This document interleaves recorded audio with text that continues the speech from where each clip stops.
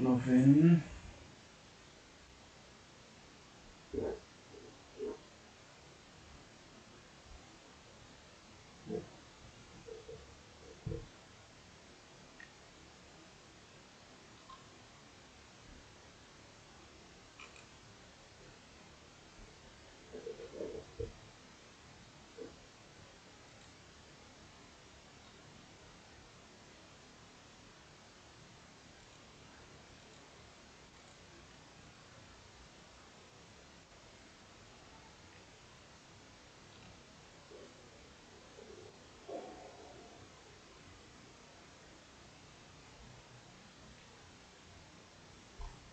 Personality is a personality. Cookie network bowling kiti pen to cookie network pen to activate kana bolo ze atu tu ni ikat 24-hour load ding he ti je wa to ji cookie channel lang zo ai hong ki bolia ngzong la hi chi tu ni bo wa streaming hi cookie channel la hi khat bei bo tu ni bo in bol de wa hi in jinga pa na chu cookie network channel pa zo atu in bol de wa hi chu wa hi koi to bang personality lang ai lo la ema hin khosunga iti success ding ham ti ho zilnom ho dinga jong eti cookie network so ana follow leo chani chuwa chania kho khat in jil to de wa hi in aban nei cha step by step ma in jil de aban le online ho apps mang cha iti sumo ding ham ti ho jong chu in sei to de wa hi in aban bana in sei to de wa hi in hi cho chun na jil nom vai le nang hon jong abula pat na hoi ta video hoi an ve to to leo chun nang hon jong college kai nei ham ai lo le company government hoi la ya na tong nei ham hi chu ba ko na jong chu na za thei na diu hin kho kisim phat na ding ti ding ha khat personality nei thei na ding ema experience nei thei na ding chu hi chi channel a chu aban nei cha ong ke sei ding a hi in nang hon jong hi cho chu aban ban cha ziloving katen a hi lo la ka het no me na ti ai le chun cookie network nga chu an zaw in nang le chun ni chenga video khat khat hong ki upload nen tin ni cheng lom lom hi zong hap ta khana chu thu bei be hong ki upload ding hi cho thu lang ema personality development lang in sei de wa hin ni cha chu nang hon jong na that no vai le aban nei cha na bet jing the wa hi pat deu tam ni song na nga tu lai lockdown ya school ki kai thei lo ai lo le college ki kai thei lo ya ichiba ko na neo kha ni ki jil thei ba jong le nang ho de na jong phat chom na hi in aban le ichi a thing sela ga sei dinga chu ei pawa ki sei a hi in i ja chu lang khat na chu a hiat jong nom nang ho de nga jong kol pau sa pau hello ho de nga jong hi chi phachom ding a hi ti chu hi in i ja chu hi chi ong ki siam a hin jan ha chu video kan sei na chu cookie network nga bowling ki ti a hin ai wa nga chu stream a ding a chu activate kan bol lo ja chu 24-hour load ding he ti pha na cookie channel a hung ki bol a hin na jinga pa na chu cookie network zo a chu in bol pa de wa hi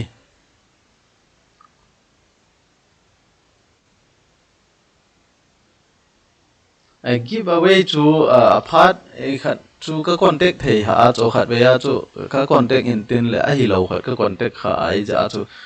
give away 40k thin na jong chu ki pe nai lo chu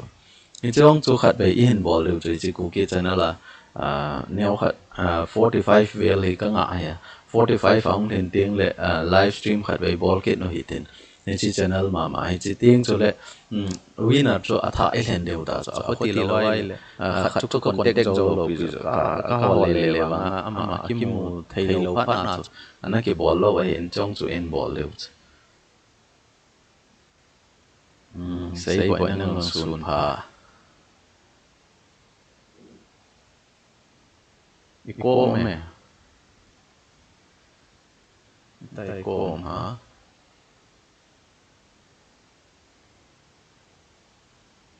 Ngoài tao biết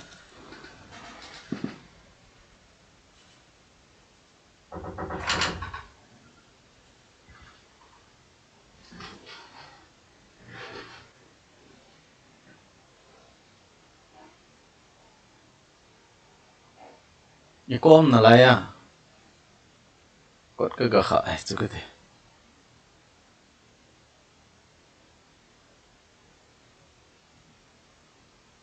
xóm gỡ panuôi tê à panuôi tê nào không giàu là hoàn toàn à video anh không biết leo gì riêng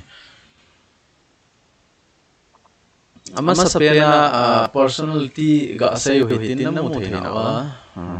khat kai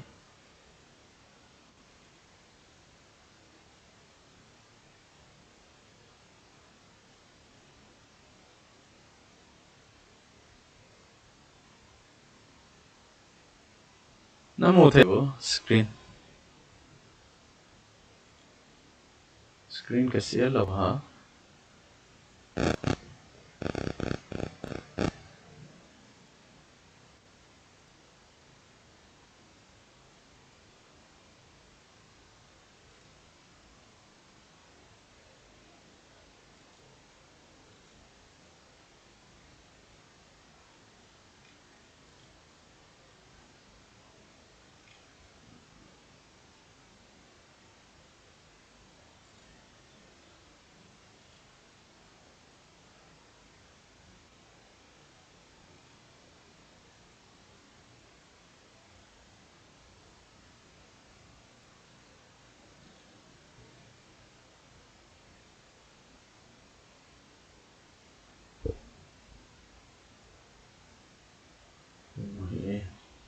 okay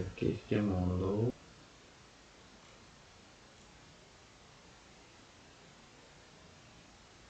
nè bảo ông hỏi lẩu tan hi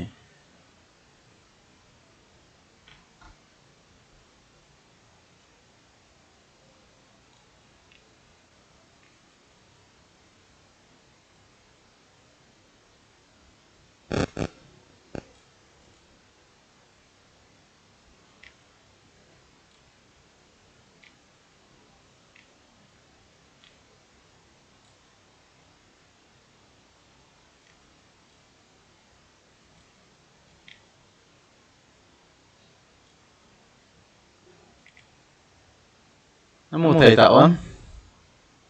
kiếm mà lô pi lẩu bôi kịp kiến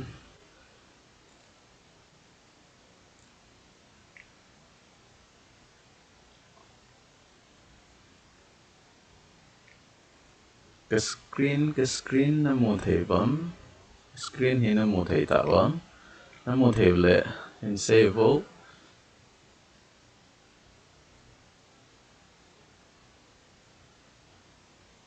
screen nó một thấm screen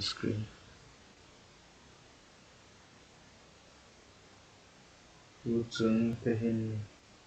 một giật này lỡ thằng nèo nó một thầy tạo ra screen nó một thầy lên bắt điều ta chứ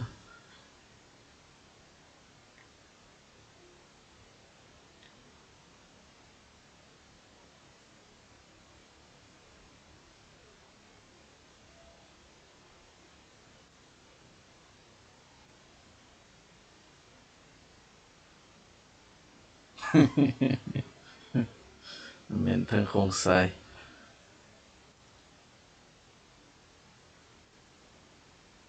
kêu lang hi của Hazu kita network kita tepui Akimutai okay Akimutai le agak panitin screen kan share pa no mo the bala le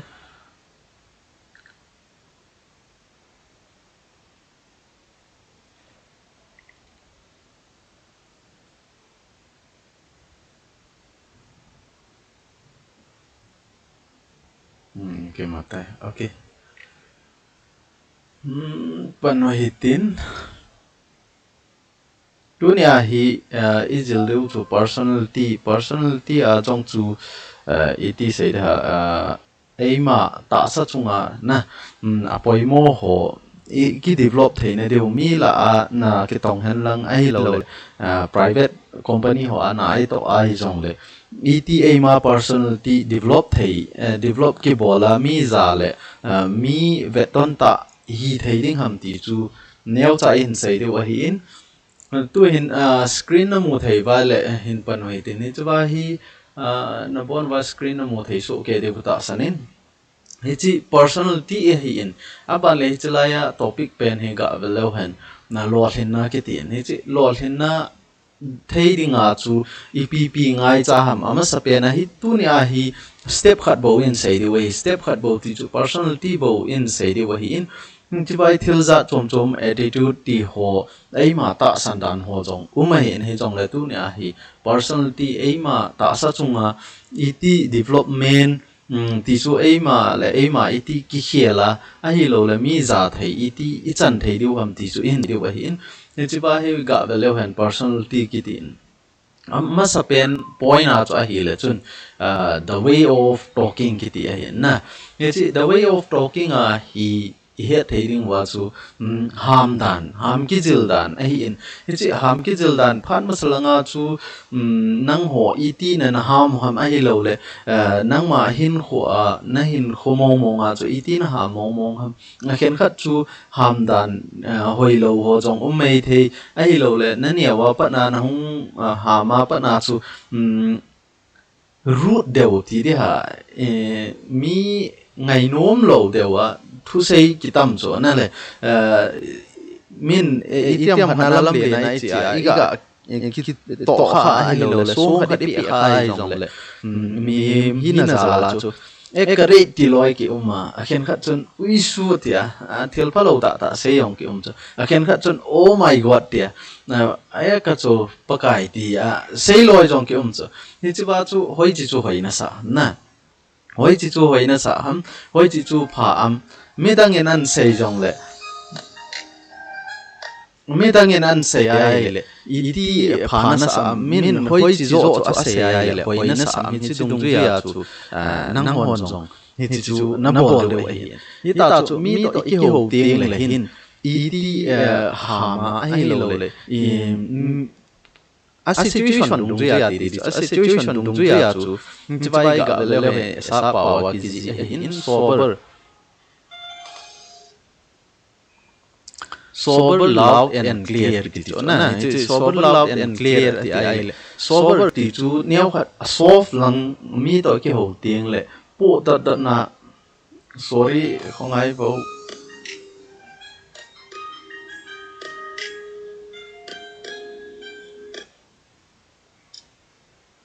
phát chẳng disturb ball chu block do đi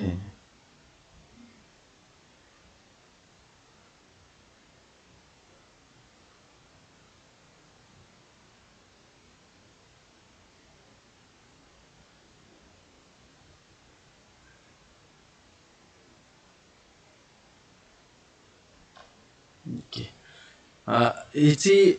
the way of talking ti chu ham ding dan ki zil ding a hian hi chiba hi sober loud and clear atin sober ti chu soft ati na mi to ike ho tieng le iti se da mi min I ko wai jong le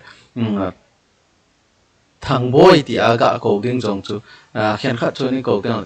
thằng boy thì ấy biển dập một chỗ này chỗ tao bằng chơi là ô thằng boy thì họ về nè chú họ cho số bao cái thì ấy nè chú tao bằng chú ham đàn hỏi cái gì ngay ấy nè bạn lẽ lao thì chú nếu khát ging dewa ham angain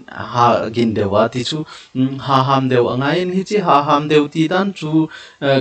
ga hết thấy đi chú ha pen jong chu asi apham ki na hin ilung ha nai pen tieng le mi lungdam na ki to lo a hin hi jong le lung hang hi lovin na ham tieng le tu bangai ken hi chi explain ka bol ya explain ka bol do wa ka ngai tin gam tha de wa ham le nang hon jong na het thei lo du san na o ka het thei poi ne chi chu a ki chi poi ti a nan sei me theu chu mi chi a chu mi to ki ho tieng le ki chi se na ham ding dan aban le min a het thei ding do la ham ding dan chu ki zil ding a hian aban le clear ti chu ki chi ding a hi na thu sei chu ki chi ding he ne ti a ham ding lovin na sei chu ki chi se na sei go ding a hi chu personality a hian aban ki le khat be ki le wen to personality ma mai ki chu tho chu ai wanga chu hi chu ba hi a point chu the way of walking ki ti a hian the way of walking ki ti chu na chi dan na I footstep chi dan a khen khat chu pang style dewa chi ki uma khen khat chu thasi de do a ki chi uma ni chu ho chu masanga pa na nangma character mong nangma chi dan mong nangma hin dan mong jong ani hi mai the a hin hi jong le hi chu ho chu na da ha go ding hi khowela hi he deu khat chu idam sunga hi ki khial thelo chu email ki khial thelo chu chong hi tu lai chu surgery bol ba ki khial kit no chu hi jong le eiman ima cha jang lo wa khial thei ho chu ita sa email ti lo wa hi idang adang jo se khial thei chu na chon dan ne lang na ham dan ne lang na to dan hi jong le ija kai na khial thei chu na van ho jong na some style lo abon na khial thei hi jong le ai chi ba email bo chu ki khial thei lo ya tunia isei no mu chu a hi le the way of walking tina a jong hi i chi dan na i footstep la adan a hi lo le i active dan i so ja hi tai koi ham hi tai koi ham na nang in hi ta chu na chi dan na ba le dan hoi ta step na la dan hoi phat chengai hoi ta bol le chun hi chi na to ngai na to lo ngai jong le nang dinga a phat chom he de aji chu nangen hi ta chu smart ta chi dan hong ki zil ting le mi khen khat chun gala pa na jong an bet na jong chu ai chu pa chi dan an nal ta be an sei chu na ai lo ba le lam le na chu mi khat chu ngoi de a hong a hudi a hong ai le chun ki he la chu pa bi chu kham ho na chu kham ho ti ki he thei chu ja chu thil i bol zo si a hi min i vet jing ya min i vet na a hi ei ma personality ei ma sa chunga hi it smart de wa mi za the ya kom ding ham ai lo min it ka bolai le ivet ton thei ding ham ti khat hi ki gel hai chi tung ju ya chu bowling a hin che dan jong hi apoya poi mo chu che dan poi mo dan chu hoi ta tha si de wa na chi ting le min ni pa pi ho tha si de ve ti lo nan mu thei chu ga sei khel khel ngai lo hi jong le ai ma ta sa chon dan le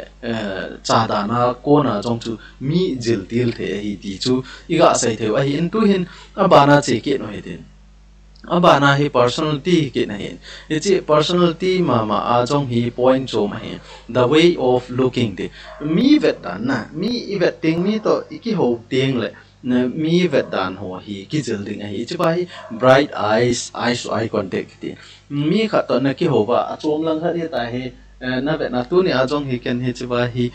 nang ho ka hin hil hi da ai wa nga chu a chom lang khat veng ka tin hi chi ba ko na chu hin hil leng hi chi ba ko na chu hin sei leng nang hon jong na lungu lut lo mai thei chu hoi lang a vet ni ai pi sei hamot na ti mai the ai wa nga chu eyes eye contact nang ho kan vet ji ja ka sei ai le chu nang hon jong concentrate neu kha na neu chu na ni chi to bang chu mi khan khat chun ke nei lo chu i kholai len a jong an ne ta wa mo a chom lang ki ve mi ki ho tiêu ni cho to bang chu thil di lo na hi ja chu personality ta sa chunga hi ei ma smart na ding i de ya ei ma mi vet ton ta a yum the na ding a chu hi chiong hi poi mo mi vet dan mi to ki ho tieng le hoi lai vet de ham ai lo le i ti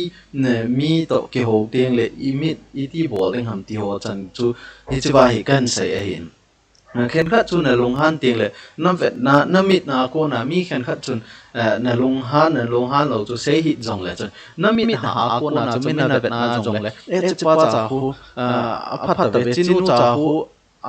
a mel hoi ta ve hi ho no ta ve ti ho chan ge ta het thei chu ai wa na mit sang tol lang chu halim kan sa banga hi chi to banga hi bol le chun koi ma cha nang to ke ho ding chu cha than nom ta lo di hi ja chu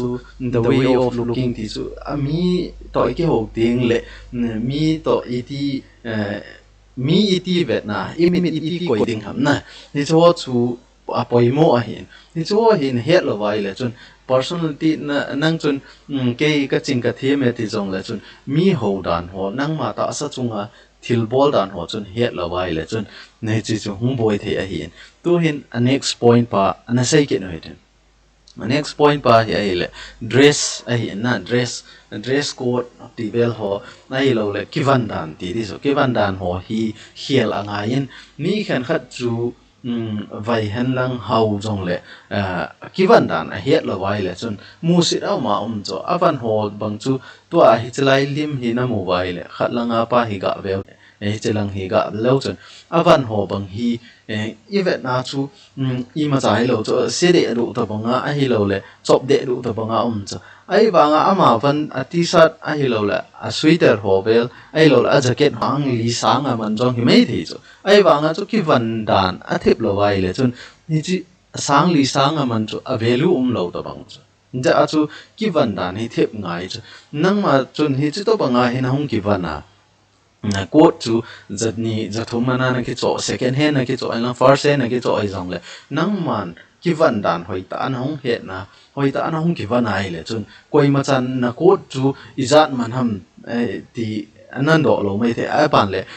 ama quote khu zani zathumana he ti koi ma chan suspect na bol li cho hoi ta an hong ki van na position ahong hoi thi ma smart dewan hong ki van ta ai le chun mi zo se chun na to ha zo se na ki van na zo se chu aman ta ma he chewang he branded he ti ho ni chi to banga ja na chu nan pi cho respect na mu thei cho ni ja chu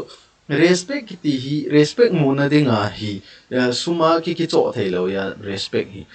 sang ni man ai lo sang som man respect nen pi o ka de ti hi chi chu hi thei lo cho mi khat ko ma chu ni za o ken zanga ni chenga na pi nge na pi e chana chu na za ding na pi lo ni le ni khat bo ga pi da jong le chun na thil na to na ti chu na sum abula pa na nan pi chu sang som i za tam khat na pi do jong hi mai thei da chu ai wa nga chu na za di e be ta ni khat si na pi lo za chu na za lo di ai wa nga hi chi personality hoi ta maintain in bola hoi ta anangin na ta sa chunga mi za thei ding dola chu hoi ta an hong ki van to a hoi ta mi ho dan ho chon dan ho mi to ki ho dan hoi ta na he nai le chun su ngai lo chu respect ki ti chu suma jong ki cho jo lo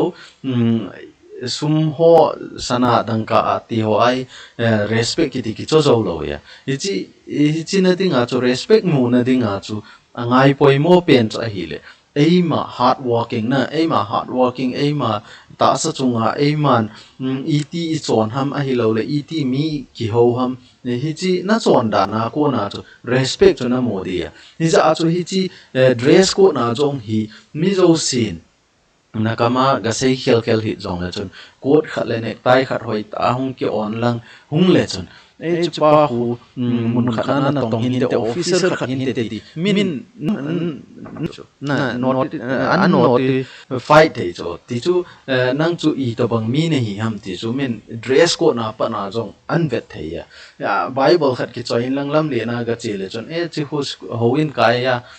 chi hin te ai lo le ho in hung ki khen hin te ti ko mi zo sin he cho dress ko na zong hi mi jil til the hi ti chu tu nia ka sei no pen cha hin ni za chu dress code hi masanga iti na ki van ham ni cho chu a hoi lo zo si chu pai han lang hoi ta nang ma na ki develop go ding hi ni cho a hi le chun hoi lai mu na to gon lang hoi lai mu na to na ga hol jong le chun na mu te ding chu tu lai chu koi ma chan qualification avet be se ta lo chu min avet pen chu le personality ki avet pen personality ne hoi lo ho ama ho personality hoi lo vai le chun qualification ta na sang jong le koi ma chan tu lai na to na pg ta poi ti chu he thei ding wa ka ga se hi in chi ba hi professional neat and clean iron ti a hin chi ba chu iron ti chu istri hoi ta no jol jing ding ti na hi na ba le tu hin a chaina lu taw tin chi personality ma hi in appoint ki cha hi le chun the way of walking a hin chi in jo wa ma sa pen choi le chi dan ti a hin hi chu wa hi wor a hin r ti chu a man nai to dan na to dan a hin chi ba hi neo khan he thei ding kan be ken hard work with genius interest ati chi hard work ki ti chu ga he thei ding a chu hard work ki ti tiang le hin a ko dan hi hong sang jep chen ti chu ga gyal ding da na chu thil lien ta do ma ai lo le gan thei ta ho sa ul kai le wa na to ding dan de wa ho akilang zen hard work ki ti ding le na ai wa nga hard work in a ko pen chu hi chi chu hi lo chu to a zan hi ma nga zoom ting a jong chu kana sei tai nang hon jong na khat na to nom ta chu na khat na to nom wa na to nau chu abula chu na tha no mai the nom na sa anom ta ve hi chi ha salo ai chi chu continue ta nan bol the ya le chun nge chi chu hard work a hi la hap ta khat ta ni thanom ta an hin bol la hap ta khat ta ni jo le nong chim ta chu na thang se ta ka chim he chong hi chi bo ke bol jing ta nan bol nom lo ni le nang chu hard work nei ta lo chu abula chu nom na sa chu la na ki pa chu ai wanga a chai na langa chu ibola na dem ki ong na le na ibola a chai na langa chu nom na sa ta lo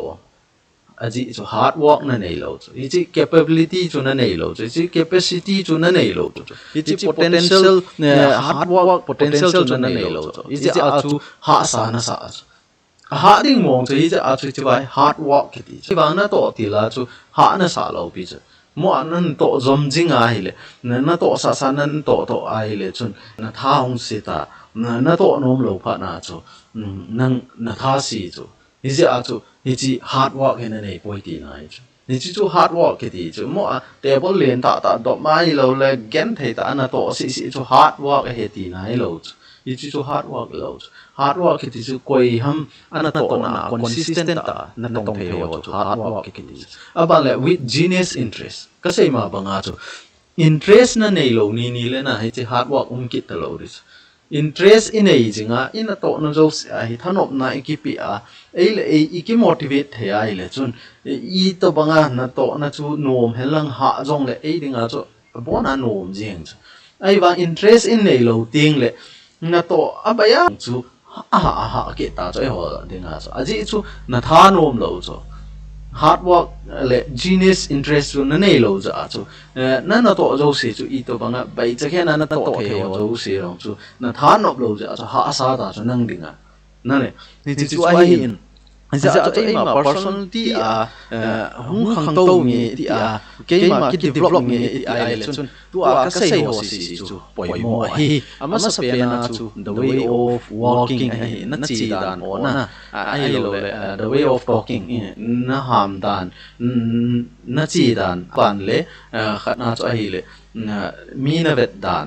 akit le ni chu ba hi na dress code aba ne chu ba hi na to da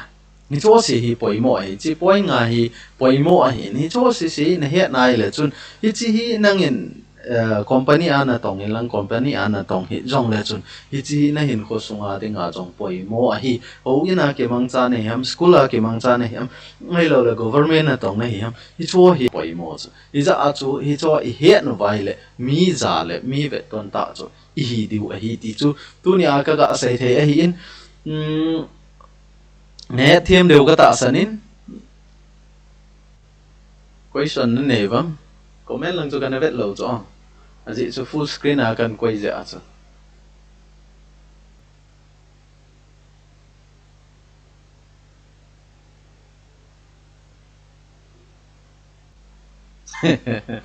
Raymond Mate 50k lên tiếng là call cầm bôi na lâu rồi nghề mấy thì chứ hello nè thế ba ai là cái tảng trên khát đấy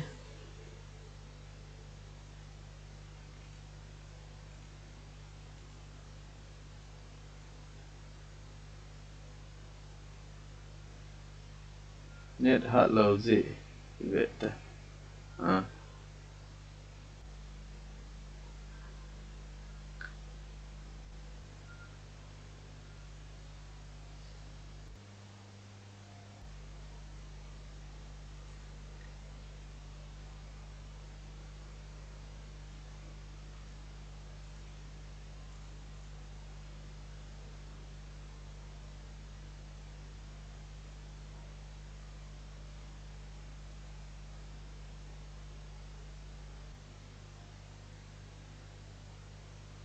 communication okay MTB mangte communication lang jong chu injil to di wa hi in ngaban le hi chi communication lang hi ka se ma banga chu tua na to na ding in a say yu hi jong khu na injil to ding ya ni chi wa rong khun na zaw vai le chun hi chi ba ko na khun nan jil tho deu chu ke jong ma sanga chu Maxwell cái dạo mà sang cho tại cái hàm thể lâu cho trong lệ Maxwell cái hung dạo à bắt na cho am hoan speed training to bằng riêng cho communication rồi ken class 1 à bắt na ten à cái sim mà trong chu ni chỉ to bằng cái jil lo zo lo ya ai bằng Maxwell cái hung dạo à bắt na hi communication lang trong develop personality lang trong tâm pi development cái này dạ chú năng hoàn trong thắt nó vai lệ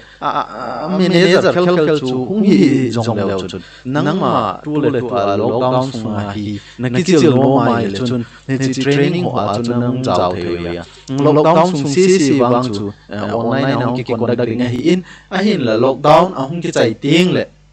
lockdown a hung ki chai ting lệ offline ho ti chu face to face a jong training hung ki la ding hi in hi jong lệ tu hi online a ki conduct ding a hin tu ni a pung thuma khai le meeting ding a hin chuba ko jaw vin lang na tha no vai le na document so submit na ding ka ti na chun submit leo chun chi dung ju ya chu training in ball pat de wa in training in pat no vai le chun online a hin pan jong le when offline a hi jong le ti chun hoi ta hin to thei vai le nang ho jong hapta khat hapta ni ka a jong I chan ham khana na ki khial liu chu guarantee ka pi de chu ja chu ne chu to bang chu na tha no mo wa communication personality ti lang wa na tha no vai le chu ei chi ba ko na jong nom ta na jil the wa hi ti chu kain sei nom a hin hi chan chu tu ni video wa I sei the wa hin tin I tiam khana apoimo ho na sei nom mo vai jong le wala ni ha lang le zoom meeting ahong umai le ni ha lang le chi WhatsApp group ma chu hong ki share in ni chu ba ko na chu nam jong hong zaw ven lang na ho jong na hong ham the wa hin live stream a ki bol teng le wang chu reply chi message ti lo wa chu na ho na ham the lo wa hin a hin la ni ha lang le hung zaw le chu ni chu ba ko na chu nang hon jong na ham nom nom na sei nom nom mai ta chu na sei thei kin wa hi ti chu ga sei the wen te tu ni ku ki channel live stream hong zaw zo si na chung vin ka ki pa na kan pong ki nei chi chan chu e tan te ki pa